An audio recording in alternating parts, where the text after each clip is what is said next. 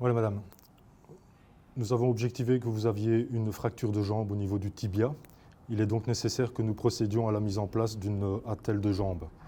D'accord? Je vous demande de nous faire confiance.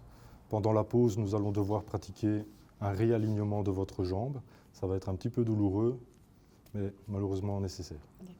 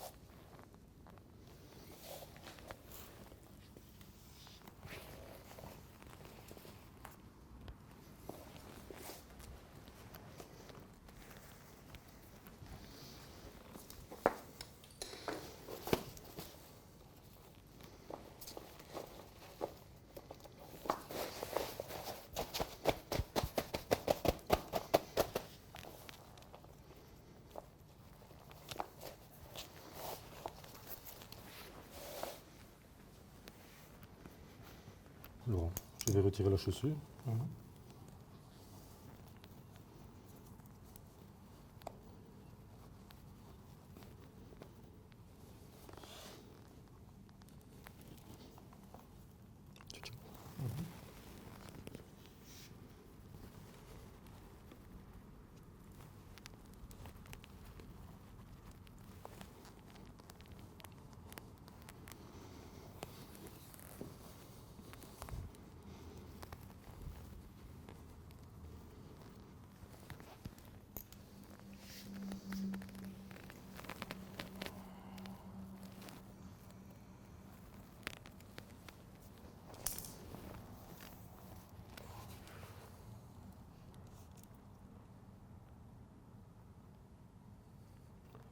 Ok, le TRC est correct.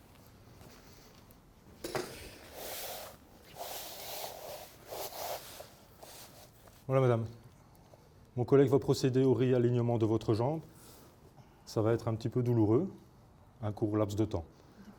Faites-nous confiance. À 3. 1, 2, 3. Je soulève les bras.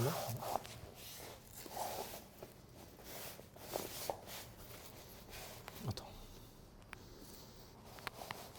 Ok, tu peux poser.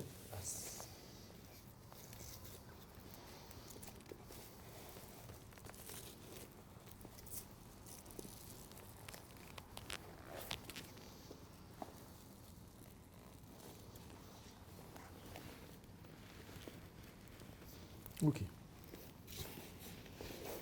Ok. Bon pour toi, je lâche. Tu peux.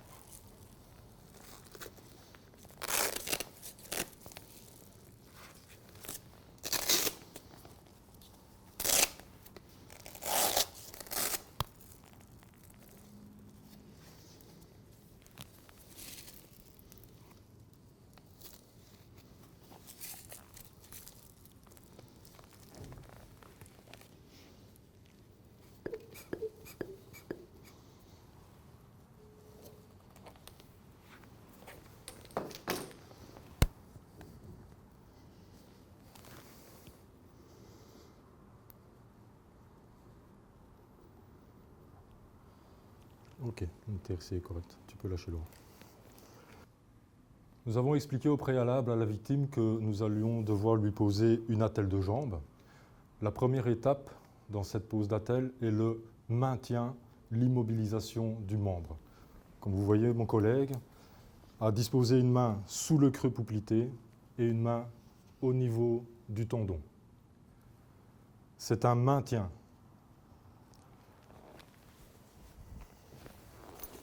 Pour le choix de l'attelle,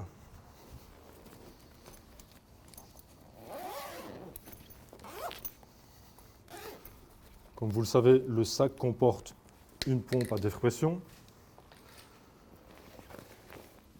une grande attelle de jambe, une petite attelle de jambe et une attelle de bras. Pour le choix de l'attelle, la justification du choix de l'attelle, nous allons commencer par prendre la petite attelle de jambe. Pour ce faire, nous allons aller du côté du membre sain.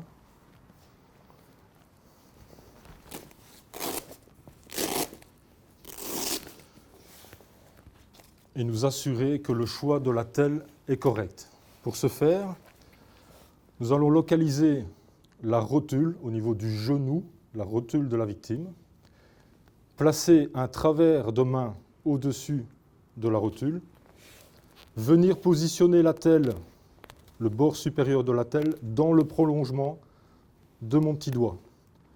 Ensuite, je vais revenir du côté pied, réaligner le pied et m'assurer que le sommet de l'attelle va venir au moins à la naissance des orteils. Dans ce cas-ci, c'est correct. L'attelle est adaptée. Le choix fait, je reviens avec mon attelle du côté du membre lésé.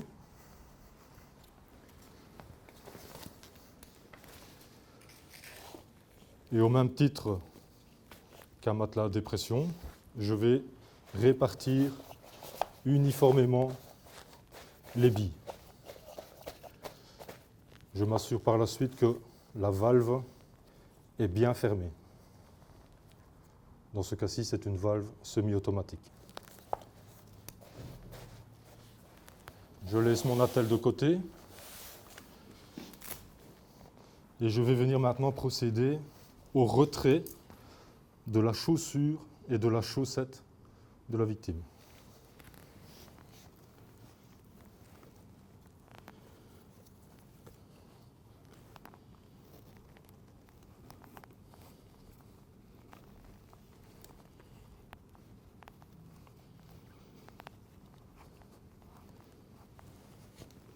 Tu tiens, Laurent ?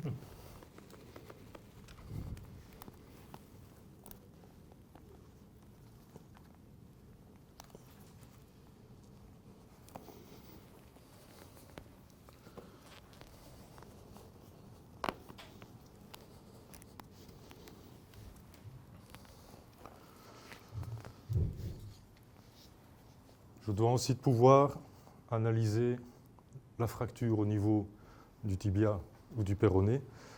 Ici, nous avons affaire à un pantalon jeans assez serrant.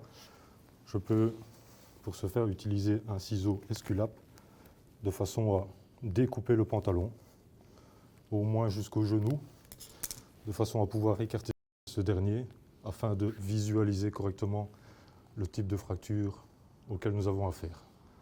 J'entends par là si nous avons affaire à une fracture ouverte qui nécessitera un autre type de prise en charge. Je vais procéder maintenant à la mesure du TRC, du temps de recoloration capillaire.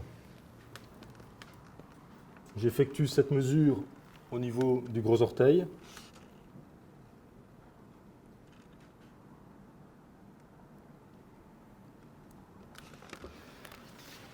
Le TRC ici est correct. Le TRC, le temps de recoloration capillaire, est une mesure à titre informatif pour l'équipe médicale, soit en intra-hospitalier, soit en cas de présence d'une équipe SMUR. L'étape suivante consiste en la pose de l'attelle de jambe. Pour ce faire, mon collègue va devoir procéder à un réalignement de la jambe en effectuant un effet de traction contre traction, tout en réalignant le membre. Quand on parle de traction contre traction, sa main droite située au niveau de la malléole effectue une traction, sa main gauche située au niveau du creux poplité effectue une contre-traction.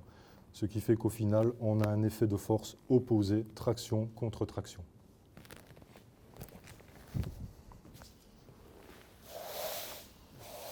On est prêt à 3. 1, 2, 3.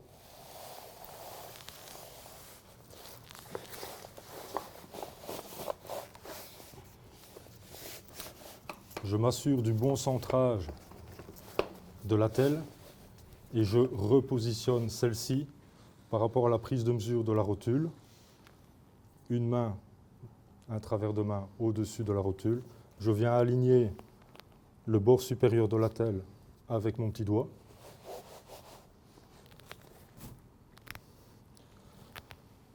Maintenant que la jambe est correctement posée sur l'attelle, mon collègue peut lâcher la contre-traction au niveau du genou pour venir avec sa main rechercher au niveau du pied et effectuer une légère traction. On peut procéder maintenant à la fermeture de l'attelle à l'aide des velcro.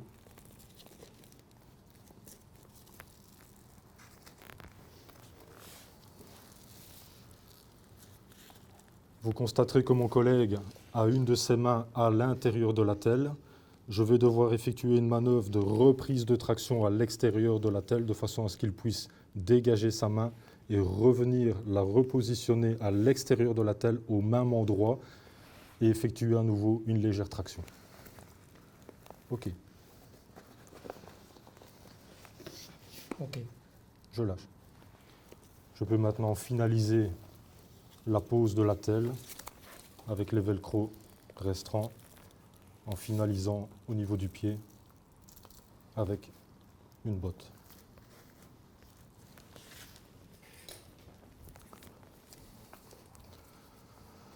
Il ne reste plus qu'à effectuer le vide d'air au niveau de l'attelle en m'assurant que la pompe est bien connectée et que la valve est bien fermée dans le cas présent.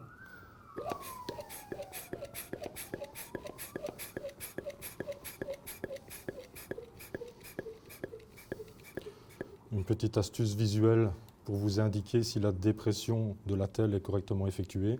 Vous verrez apparaître sur la surface de l'attelle une sorte de peau d'orange. Je vais maintenant procéder au réajustement des différents velcro.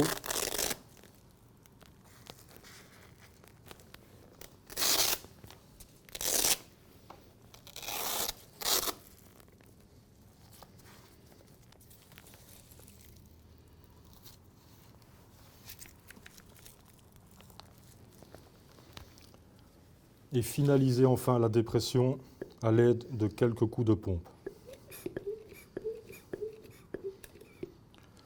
Petite astuce, de façon à ne pas prendre le risque de déconnecter, de desserrer la valve, lors du retrait du tuyau de la pompe à dépression, effectuez un mouvement dans le sens horaire avant de déconnecter.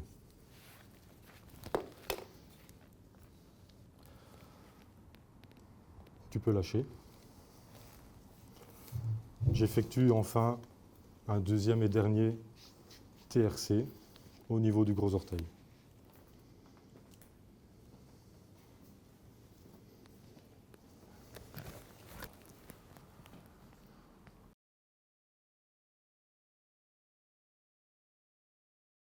La procédure pour le placement d'une attelle de bras est fortement similaire à la procédure du placement d'une attelle de jambe. Nous allons donc vous expliquer comment faire. Au préalable, je prépare mon attelle en répartissant uniformément les billes, en m'assurant que la valve est bien fermée. Pendant ce temps-là, mon collègue peut procéder au retrait des effets personnels tels que montre et bague.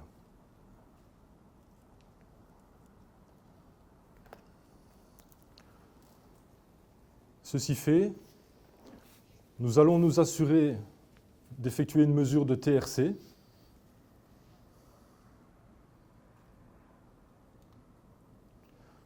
Nous assurer également qu'il n'y a pas de fracture au niveau des doigts. Cela conditionnera la future prise au niveau de la main. Si les doigts présentent une fracture, Mon collègue positionnera sa main de la sorte, de façon à éviter une douleur pour la victime. Si les doigts ne sont pas fracturés, une autre prise telle que celle-ci est préconisée. Nous allons procéder maintenant au réalignement du membre en effectuant également une traction contre traction, en réalignant le membre de manière anatomique, en l'écartant légèrement du corps de la victime de façon à ce que j'ai suffisamment de place pour placer la telle de bras. Madame, mon collègue va procéder au réalignement de votre bras. Ça va être légèrement douloureux, mais ça ne va pas durer longtemps. Faites-nous confiance. Ouais, on y va. 1, 2, 3. Donc vous voyez, mon collègue effectue une traction contre traction, légère traction au niveau du poignet et de la main. La contre-traction est ici effectuée par le positionnement de sa main au niveau de l'aisselle de la victime. Le bras est légèrement surélevé, de façon à ce que je puisse glisser la telle de bras. Ceci fait, mon collègue peut reposer le bras dans la telle et je peux procéder maintenant à la fermeture de cette dernière.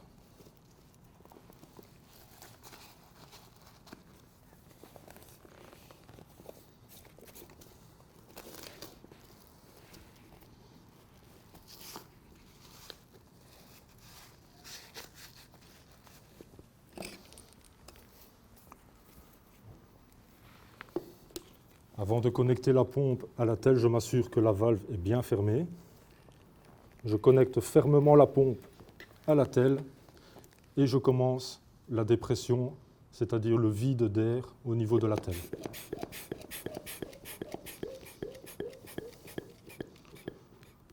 Quand ceci est fait, je procède au réajustement des différents velcro de la telle. Et je peux maintenant légèrement soulever le bras de façon à positionner les velcro correctement.